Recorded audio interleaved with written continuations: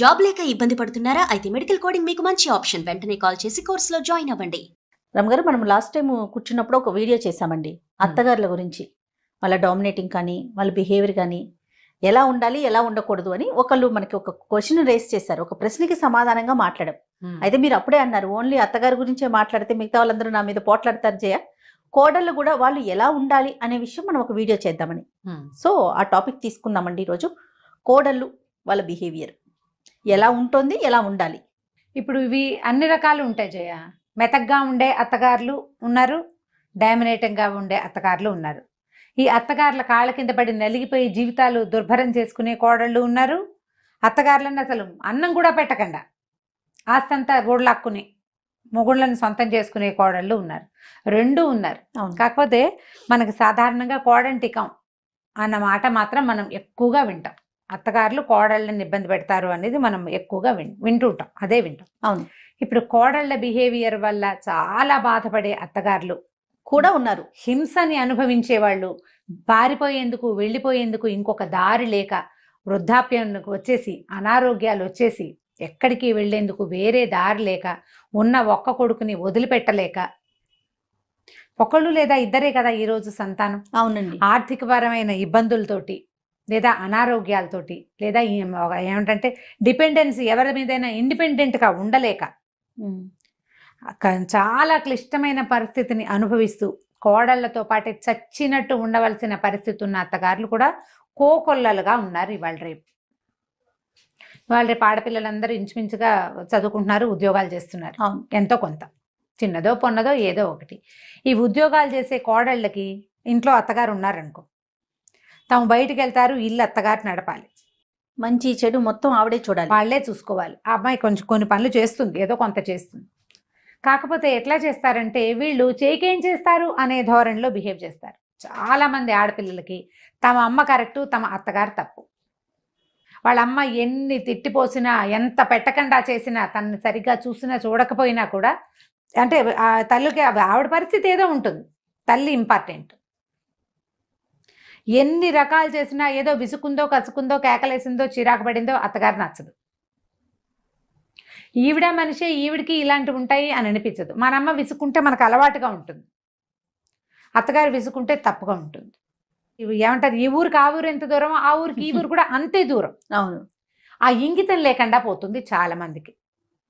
ఇవాళ రేపు అని అందరికీ ఉంటారు కదా. అంటే ఈ రోజుల్లో కోడళ్ళు ఇలా ఉన్నారు అని నేను అన్న చేయ, అది చాలా తప్పు. ఈ రోజుల్లో కోడళ్ళు కాదు, కోడళ్ళు ఏ రోజుల్లో అయినా ఉన్నారు ఇలాంటి వాళ్ళు. దాష్టికం చేసే అత్తగారులు అన్ని కాలాల్లో ఉన్నట్టే ఇట్లా పొగరుబోత్తనంగా ప్రవర్తించే కోడళ్ళు ఎంతమందో అప్పుడు ఉన్నారు, పాత రోజుల్లోనూ ఉన్నారు, ఇప్పుడు ఉన్నారు. అత్తగారులకి అన్నం పెట్టకుండా అరుగుల మీదకి తోసేసిన కాలం చూసాం మేము, మాకు తెలుసు అలాంటివి జరిగేవి ఇది వరకు. ఇప్పుడు కూడా అలాంటి పరిస్థితి ఉంది. ఇప్పుడు ఇంకా తెలివిగా చేస్తున్నారు, తెలివిగా చేస్తారు. తెలివిగా చేయటమే కాకుండా అత్తగారి బంగారం కావాలి, అత్తమామ సంపాదించిన ఆస్తులు కావాలి, అత్తగారు సపోర్ట్ చేయాలి తన్ని, కానీ తన రూపే నడవాలి. ఒక్క అక్షరం తేడా వచ్చినా సహించదు. ఆ రోజున మీరు ఇలా అన్నారు దగ్గర నుంచి మొదలు పెడతారు. మనం మనుషులం, ఇవి మనుషులకు అత్యంత సహజమైనది. మనకి మనిషి అవసరం ఉంది, మన పిల్లలకి పెద్దవాళ్ల తోడు కావాలి, మనకి ఇంట్లో ఒక మనిషి ఉండాలి, వీళ్లతో నేను కొంత సర్దుకోవాలి.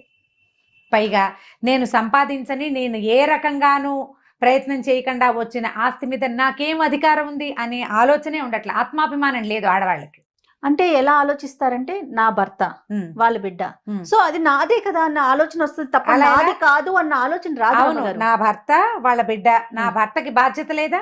అది నా భర్త వాళ్ళ అమ్మా నాన్న చూడాలంటే నేను కూడా చూడాలి. అలా కాకుండా ఆస్తుల వైపు మాత్రమే ఆలోచన నాది అని, కానీ బాధ్యత వైపు ఆలోచించలేకపోతుంటారు. ప్రధానంగా ఆడవాళ్ళకి ఏంటంటే వీళ్ళకి వెన్నెముక లేదు, ఆత్మాభిమానం లేదు, సిగ్గు శరం లేవు. సంపాదించని ఆస్తి మీద నీకు ఎట్లా హక్కు ఉంటుంది? చిన్న పాయింట్ కదా, చాలా చిన్న పాయింట్. నువ్వు బాధ్యత తీసుకోవు, నీకు హక్కు ఎక్కడి నుంచి వస్తుంది? తీసుకోని బాధ్యత వెనకాల వచ్చే హక్కుని తీసుకుంటున్నారు అంటే మీకు వెన్నుపూస లేదు, వెన్నెముక లేదు, మనుషులు కాదు మీరు. ఇక్కడ ఇంకొక విషయం రమ్మగారు, మేము డబ్బిచ్చి కొనుక్కుంటున్నాం కదా నా భర్తని అనే ఆలోచన కూడా ఉంటుంది. ఎందుకు కొనుక్కుంటావు? మొగుడినే కొనుక్కో. అప్పుడు అత్తగారి ఆస్తులు ఎందుకు కొనుక్కుంటావు నువ్వు? అది మొగుడిని కొనుక్కో, నీకు అంత ఎక్కువగా ఉంటే.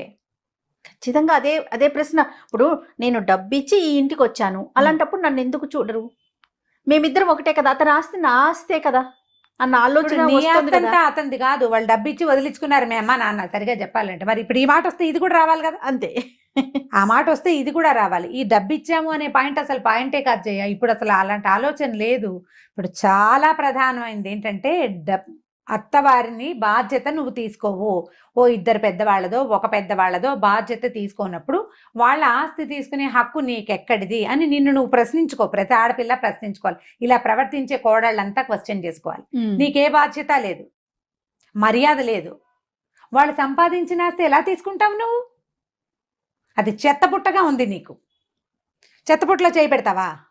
పెట్టవే నువ్వు. ఇంకెక్కడ ఆలోచన రావాలి కదా, అది మార్చుకోవాలి. ఆ ఐడియాలజీ మారాలి, అది మార్చాలి. ఆడవాళ్ళలో ఈ రకమైన ధోరణిని ప్రధానంగా మగవాళ్ళు దీన్ని ఎంకరేజ్ చెయ్యకూడదు. అవునండి, ఎంకరేజ్ చేయకూడదు. నువ్వు మా అమ్మని చూడవు, మా అమ్మతో మాట్లాడవు, మా అమ్మ అంటే నీకు పడదు. మరి ఆవిడ సంవత్సరానికి ఒకసారి ఇచ్చే డబ్బు ఎందుకు? ఆవిడ ఒంటి మీద బంగారం ఎందుకు? ఆవిడ వెనకాల రాబోయే రేపొద్దున డబ్బులు ఎందుకు? ఆవిడ మనవళ్ళకి ఇచ్చుకుంటుంది, నీకు ఇవ్వదు. ఆవిడ తదనంతరం వస్తుంది మనవళ్ళకి, నీకు కాదు. నువ్వు అందులో అనుభవించడానికి ఏ అవకాశం నీకు లేదు. ఇప్పుడు ఇవన్నీ ఆస్తులు వస్తువులు ఉంటే ఒక విషయం, వాళ్ళ పరిస్థితి ఏంటి? లేని వాళ్ళ ఉన్న వాళ్ళకే చూడని పరిస్థితి ఉంది. అవును, నిజం. ఇప్పుడు లేకపోయినా కనీసం కొంత వయసు వచ్చే వరకు ఇంట్లో ఉన్న పెద్దవాళ్ళు ఆడో మగో పని చేస్తారు. అవును, పని చేసిన మనుషులకి కనీసమైన మర్యాద ఇవ్వవా నువ్వు? ఆ రకంగా చూసిన కనీసమైన మర్యాద ఇవ్వాలి కదా. కనీసంగా వేళకి భోజనము, పడుకునేందుకు ఎంతో కొంత వసతి, ఇబ్బంది పెట్టకుండా ఉండటం. నీకు డిజేబుల్డ్గా అయిపోతారు కొంతమంది పరిస్థితులు, కరెక్టు. అప్పుడు నువ్వు భరించలేవు. నీకు రాదా రేపొద్దున ఈ స్థితి? అది నువ్వేం అమృతం తాగి పుట్టావు కాదుగా. నీకు కూడా వృద్ధాప్యం వస్తుంది, నీకు కూడా ముసలితనం వస్తుంది, నీకు కొడుకులు ఉన్నారు. రేపొద్దున ఈ అరుగు రేపొద్దున నీకు కూడా సంప్రాప్తిస్తుంది. అంతే. ఈ ఓల్డ్ ఏజ్ హోమ్ నీకు కూడా వస్తుంది. ఓల్డ్ ఏజ్ హోమ్ రాదా నీకు? అప్పుడు ఇంకా సోఫిస్టికేటెడ్ హోమ్స్ ఉండవు, ఉంటాయి కదా. మనం ఒక వీడియో చేశాను అమ్మగారు, మీకు గుర్తుందో లేదో. అమ్మని గాని అత్తయ్యని గాని ఇంట్లో ఉంచుకున్నప్పుడు వాళ్ళకి ఓపిక ఉన్నంత వరకు మన పిల్లల్ని చూస్తారు, అంటే వాళ్ళ బాధ్యత అని మనం అంటాం. కానీ రేపొద్దున వాళ్ళు మంచాన్ని పడినప్పుడు వాళ్ళ వయసు కొంచెం పెరుగుతుంది, ఈలోపు మన పిల్లలు కూడా పెరిగిపోతారు, వాళ్ళు చూడాల్సిన అవసరం ఉండదు. అవును, అలాంటప్పుడు ఆ బాధ్యత మనం తీసుకోవాలనే కోణంలో ఒక వీడియో చేసాం. తీసుకోవాల్సిందే. అది నువ్వు బాధ్యత తీసుకుంటే రేపొద్దున నీ బాధ్యత తీసుకునేందుకు తర్వాత తరం తయారవుతుంది ఒకటి.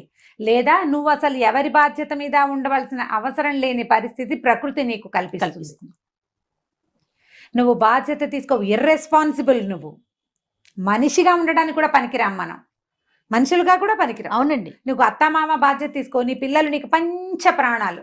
అబ్బో అసలు మామూలుగా కదా, మా అత్తగారు మా ఆయన్ని బాగా పెంచలేదు, నేను అద్భుతంగా పెంచుతానంటావు. తాత బొచ్చ తరతరాలు జయ, దాన్ని తప్పించుకోలేం మనం. అవునండి.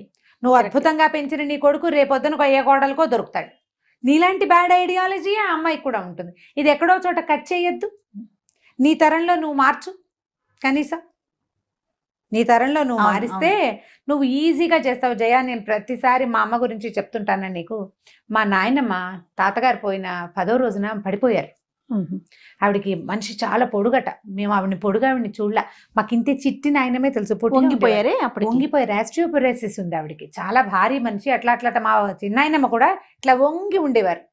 వాళ్ళ ఫ్యామిలీలో ఉంది మనుషులు అట్లా కృషించిపోవటం, బొంకలు అట్లా పలచలైపోయి దగ్గరికి అయిపోతాయి అనమాట. అయితే చిన్న మనిషిగానే ఉండేవారు మా నాయనమ్మ. పడిపోతే తుంటి విరిగిపోయింది జయ. తుంటి విరిగితే అప్పుడు డాక్టర్ గారు, ధన్వంతరి గారే అనుకుంటా, ఆపరేషన్ చేయలేము, పెద్ద వయసు, బోన్స్ బాగా పెలిసిబారిపోయి పలచబడిపోయినాయి, మంచంలో ఉంచండి అంటే 3 years నా తాతగారు పోయారు, నాన్న పోయారు. తర్వాత మా అక్కయ్య పెళ్ళయింది, అన్నయ్య పెళ్ళి కూడా అయిన తర్వాత 3 ఏళ్ళు పూర్తిగా నిండేదాకా ఉన్నారు మా నాయనమ్మ. ఆ 3 ఏళ్ళు ఆవిడ మంచానే ఉన్నారు. మేమే ఎవరో ఒకళ్ళని ఎత్తి పక్కన పట్టుకుని, మా అమ్మ ఎంత ఓపికగా చూసిందంటే ఆవిడ్ని. మేము ఎవరో ఒకళ్ళం ఖచ్చితంగా పిల్లలు, మా అమ్మ ఎక్కడికైనా వెళ్ళాల్సి వస్తే ఓ పిల్ల 2 పిల్లలు ఇంట్లో ఉండేవాళ్ళం. ఆవిడకి మధ్యాహ్నం వేసరికి ఇంత ఉప్మా చేసి పెట్టాలి, పిచ్చి ఉప్మా. అది కూడా అదైనా సరే ఎంత బాగా చేసిందో, కుట్టేమో ఉప్మా అని చాలా సంతోషించేది పాపం మా నాయనమ్మ. చాలా చిన్న తిండి చూసేవాళ్ళం మేమే బాగా. మా అమ్మ అయితే ఎంత అట్మోస్ట్ కేర్ ఇచ్చింది మా నాయనమ్మకి. చివరికి మా అమ్మ ఎవరితోటి ఏమి చేయించుకోకుండా స్విచ్ ఆఫ్ చేసినట్టు వెళ్ళిపోయారు. నేను దాన్ని బాగా నమ్ముతాను జయ. ప్రతి వాళ్ళకి నేను ఇదే చెప్తాను. నేను చెప్పే ప్రతి కథలోనూ ఈ పాయింట్ ఉంటుంది. నేను జీవితాన్ని చూడటం వల్లే నాకు ఆ మాట వచ్చింది. నాయనమ్మ పోయిన 20 సంవత్సరాల తర్వాత ఎప్పుడో మా అమ్మగారికి నాయనమ్మకి చాలా డిఫరెన్స్ ఉంది. ఇంచుమించు మా నాయనమ్మ 86లో పోయి ఉంటారు కదా. మా అమ్మ 2010 దాకా ఉన్నారు. ఇన్ని సంవత్సరాలు ఆవిడ హాయిగానే ఉన్నారు. మా అమ్మ ఏం ఇబ్బంది పడలే. ఒకసారి చిన్న అనారోగ్యం వచ్చింది, మా ఇంటికే వచ్చారు, క్యూర్ అయిపోయారు, నార్మల్ అయిపోయారు. అందరికీ ఇలాగే ఉంటుంది. అంటే నువ్వు చేసి లోపల మనసు ఉంది చూసావా, నువ్వు సరిగ్గా చెయ్యి, నీకు సరైనది వస్తుంది. 100% సరైనది వచ్చి తీరుతుంది. నీకు ఏదైనా ఇబ్బంది వచ్చినా కూడా భగవంతుడు ట్రై చేస్తాడు దాన్ని సరిగ్గా చేయటానికి. నీ లోపల దాన్ని చూస్తాడు దేవుడు. నువ్వు పైన ఏ రంగు నీ భగవంతుడు అక్కర్లా. నువ్వు రంగు రూపు, నువ్వు పెట్టే పువ్వు, నువ్వు పెట్టే ప్రసాదం కాదు, నీ లోపలి గుండె, నీ ఆత్మలో ఎలాంటిది ఉంది అనేదే భగవంతుడికి కావాలి. అదే మన చుట్టూతో ఉన్న ప్రకృతి చూస్తుంది. నాకు మీరు చెప్పే దాంట్లో బాగా నచ్చే ఒక పదం అంతే, ప్రకృతి చూస్తుంది, ప్రపంచం చూస్తూ ఉంటుంది మనని. దానికి ఖచ్చితమైన సమాధానం వస్తుంది. నువ్వు సరిగ్గా బిహేవ్ చేయి అత్తగారితో. ఎవరి కోసమో కాదు, నువ్వు చెయ్యాలి, చేయడం అంతే. నీ బాధ్యత, నీ బాధ్యత. నీ మొహాన్ని నువ్వు అద్దంలో చూసుకున్నట్టుగా చెయ్యాలి. బాధ్యతని చెయ్యి. నీకు అసలు ఎవరి మీద నువ్వు డిపెండ్ అవ్వక్కర్లేకుండా వెళ్ళిపోయే పరిస్థితే నీకు ఇస్తాడు భగవంతుడు.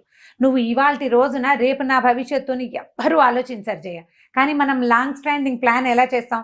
ఒక 22, 21కి చదువు అయిపోయింది అనుకో, ఉద్యోగం, ఆ తర్వాత ఒక 3 ఏళ్ళకి, మగ పిల్లలైతే ఇంకో 5 ఏళ్ళకి పెళ్ళి, ఓ ఇల్లు, బండి, కారు, 40కి అదేదో, 50కి రిటైర్మెంట్, నేను హాయిగా వరల్డ్ టూర్ ఆలోచించవు నువ్వు. ఇవన్నీ ఆలోచించేటప్పుడు నువ్వు నీ వృద్ధాప్యము, నీ తాలూకు మరణము, దాని గురించి నువ్వు ఎందుకు ఆలోచించాలి? ఆలోచిస్తావా? ఆలోచించి తీరాలి ప్రతివాడు. నేను పెద్దయ్యాక నా పరిస్థితి ఏంటని మగవాడు ఆలోచించాలి, ఆడది ఆలోచించాలి. నాకు అలాంటివి రాకూడదు అంటే నేను ఇలాంటివి చేయకూడదు అని తెలుసుకోవాలి మనం. ఇప్పుడు ఈ పనులు వీటన్నిట్లలో నువ్వు కర్మ సిద్ధాంతమే అప్లై అవుతుంది జయ. అవును రమ్ గారు. ఇప్పుడు నీకు బాధ్యత, నువ్వు చెయ్యాలి. బాధ్యత లేని చోట హక్కులు ఉండవు. అస్సలు హక్కు తీసుకోవడానికి నీకు సిగ్గులేదని అర్థం. నువ్వు హక్కులు తీసుకుంటాను, హక్కులన్నీ పుచ్చుకుంటాను, నేను బాధ్యతగా ప్రవర్తించినంటే నువ్వు మనిషిగా ఉండడానికి పనికి రావని అర్థం. మనుషులం కాదా మనం? దాని మానవత్వాన్ని, మనిషితనాన్ని భగవంతుడు నీకు ఇస్తే దాన్ని నిలబెట్టుకోవు. నువ్వు ఎందుకు చదువుకుంటున్నావు? ఇదివరకట్లాగా ఆడవాళ్ళు ఇళ్లలోనో వెనకాల మగ్గిపోవాల్సిన పరిస్థితి కాదు కదా. నువ్వు ముందుకెళ్తున్నావు, ప్రపంచాన్ని నీతో పాటు తీసుకెళ్లగలుగుతున్నావు. సంపాదన వైపే మనం ముందుకెళ్తున్నాం అనే ఆలోచన మానుకొని అన్ని విషయాల్లో కూడా ముందుకెళ్లే ప్రయత్నం మనం చేసేయాలి. మనంతటా మనమే. మీ వ్యక్తిత్వము, మీ విశాలమైన దృక్పథము, విశాలమైన భావాలతోటి ప్రపంచాన్ని ముందుకు తీసుకెళ్ళినాడమ్మా. ప్రతి వాళ్ళు దీనికి ట్రై చేయాలి.